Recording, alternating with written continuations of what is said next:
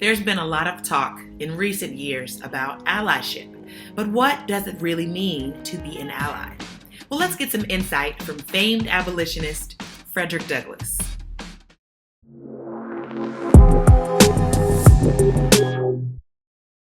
Hello, I'm Joy with Unexpected Virtual Tours and Training, where we host radically creative DEI and team building events for remote and hybrid teams. Today we are exploring the concept of allyship and advocacy through the lens of Frederick Douglass, because he had very specific views about what these concepts mean and how they impacted his life. But let's start by first understanding something called the allyship continuum. The allyship continuum has been most popularly defined by D&I consultant Jennifer Brown.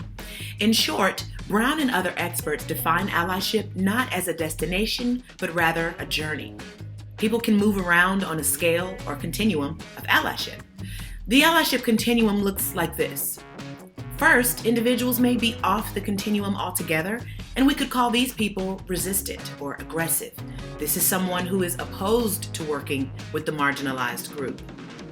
Next along the continuum is the unaware ally. An unaware or apathetic ally is someone who's not actively opposed to the marginalized group, but rather does not understand the issues around this group. Third, an ally could be aware. An aware person is someone who understands the basic concepts and concerns about this marginalized group, but does not actively work on behalf of this group. Fourth, an ally could be active, and this is someone who is well-informed and focused on sharing and seeking diversity when asked and prompted. Next up, we have the advocates. Advocates are committed and routinely and proactively championing inclusion. And finally, phase 5 describes the accomplices.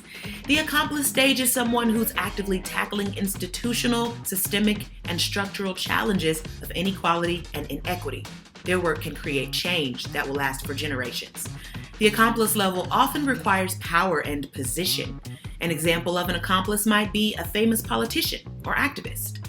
So, how does this all connect back to anti-racism? Well, we can overlay Dr. Kendi's definitions of racism and anti-racism on top of this continuum. Dr. Kendi might use the allyship continuum from resistant to aware, phase 0 to phase 2, to identify a person as racist. These are people who, through action or inaction, support a policy leading to racial inequity or injustice.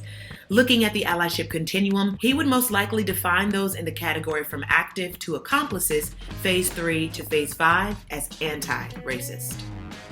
So it's clear from this continuum that allyship is a verb. It's an action, a lifelong process where a person of privilege works in solidarity and partnership with the marginalized group. And if you want to learn more about the allyship continuum, we've linked to Jennifer Brown's info in the comments. But let's get back to Frederick Douglass. The famous abolitionist's life was deeply touched and changed by allies. You can see how allyship is a verb in one of the earliest stories of Douglass's life. Frederick Douglass was born enslaved in Maryland in 1817, and as a young boy, he was sent to live with his enslaver's brother and sister-in-law, Hugh and Sophia Auld. From the beginning, Douglass described Sophia as a woman of the kindest heart and finest feelings. She treated Douglass well, teaching him to read, and she gave him warm bedding and good food. But then Hugh began to criticize Sophia, believing that literacy would encourage enslaved people to desire freedom. Anxious to please her husband, Sophia not only stopped teaching Douglass, but became harsh, snatching newspapers away from him. Douglass said that her tender heart became stone. So this very early episode shows that Sophia Auld moved around the allyship continuum, and it impacted Douglass's life. At first, Sophia acted as an aware or active ally. She may have understood the concerns facing enslaved Black people in the early 1800s, or she may have tutored Douglass for her own reasons. But Hugh, her husband, would be considered resistant, and Sophia moved down to resistant. Here we can see that allyship is an act. It's consistent work on behalf of others. And it's not something that happens once and it's done. Allyship could mean, as we saw in the early case with Sophia, providing services, but it can also mean providing financial support for marginalized people. In 1838, Douglass successfully escaped to the north through the Underground Railroad, and in Philadelphia, he became a noted anti-slavery speaker and author. But as his fame grew, he became concerned that his enslaver would come north and recapture him under the Fugitive Slave Act, so he sailed away to England. While in England, white women led the effort to raise funds to legally purchase Douglass's freedom. Douglass was immensely thankful and gave a speech saying, "The kindness of my friends in England has been unbounded. They have offered me house, land, and that my wife and children might be brought to this land." He named these financial supporters as allies and friends. Allyship can also occur within a minority group if a person in a privileged position supports those who are marginalized. Douglass showed this allyship when he decided not to stay in England. Douglass was in a privileged position as compared to the vast majority of the Black population in the United States at the time. He was free, comfortably wealthy, famous, and living in England where slavery was illegal. But he chose to return to the United States to work for abolition. He said, "I go, turning my back upon the ease, comfort, and respectability which I might maintain in England. I go back for the sake of my brethren. I go to suffer with them, to lift up my voice on their behalf, to speak and write in their vindication, and struggle in their ranks for that emancipation."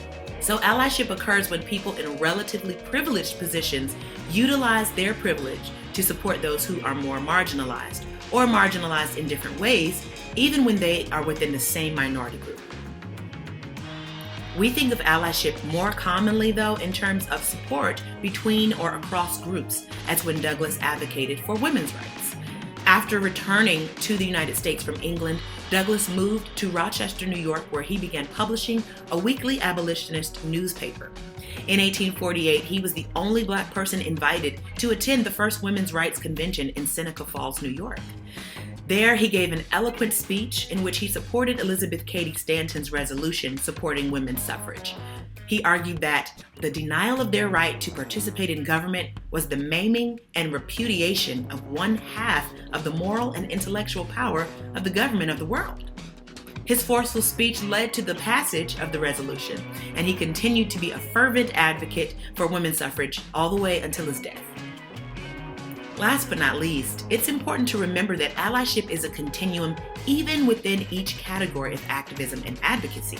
For example, John Brown and Abraham Lincoln are widely considered two of the most famous allies to the enslaved people, but Douglass had very different viewpoints on their place in the allyship continuum. In 1859, Frederick Douglass met John Brown, the noted abolitionist, who was planning a raid on a federal arsenal in Harper's Ferry, West Virginia, to launch a slave uprising in the South. Douglass refused to participate in the raid, considering it a suicide mission, and Harper's Ferry ultimately cost Brown his life. In later years, Douglass described John Brown this way: "Brown's zeal in the cause of freedom was infinitely superior to mine. Mine was a taper light. His was the burning sun. I could speak for the slave. John Brown could fight for the slave. I could live for the slave. John Brown could die for the slave." Douglass, in other words, saw Brown as the highest type of advocate, reaching to the extreme edge of the allyship continuum. On the other hand, Douglass was much more critical of President Abraham Lincoln, who also died for his efforts in supporting the Black population. Douglass particularly felt that Lincoln was too slow in issuing emancipation and seeking instead to try and do anything to end the Civil War. In his most critical speech, Douglass said, "Lincoln was preeminently the white man's president, entirely devoted to the welfare of white men. His great mission was to accomplish two things. First, to save his country from dismemberment and ruin, and second, to free his country from the great crime of slavery." While Douglass admitted that Lincoln hated slavery and had emancipated the enslaved, Douglass did not give Lincoln the same praise that he gave John Brown. And when you compare Douglass's two views of these men, you can see how advocacy itself is on a continuum. Well, that's our time for this video, but I hope the story of Frederick Douglass has illuminated the fascinating roles that allyship can play. Douglass had a unique perspective because he worked closely with so many white allies, perhaps more than any other 19th century person. Ultimately, these efforts paid off, resulting in the abolition of slavery and the emancipation of all enslaved people. We would love to get your perspective on the allyship continuum, so keep the conversation going in the comments. And while you're there, be sure to follow the links to some additional resources we've included, as well as links to our live virtual DEI training and team building events. Thanks so much for joining us today. Let's continue to raise awareness about these important topics and build a more inclusive and respectful world. Until next time, stay informed, stay inspired, and stay in touch.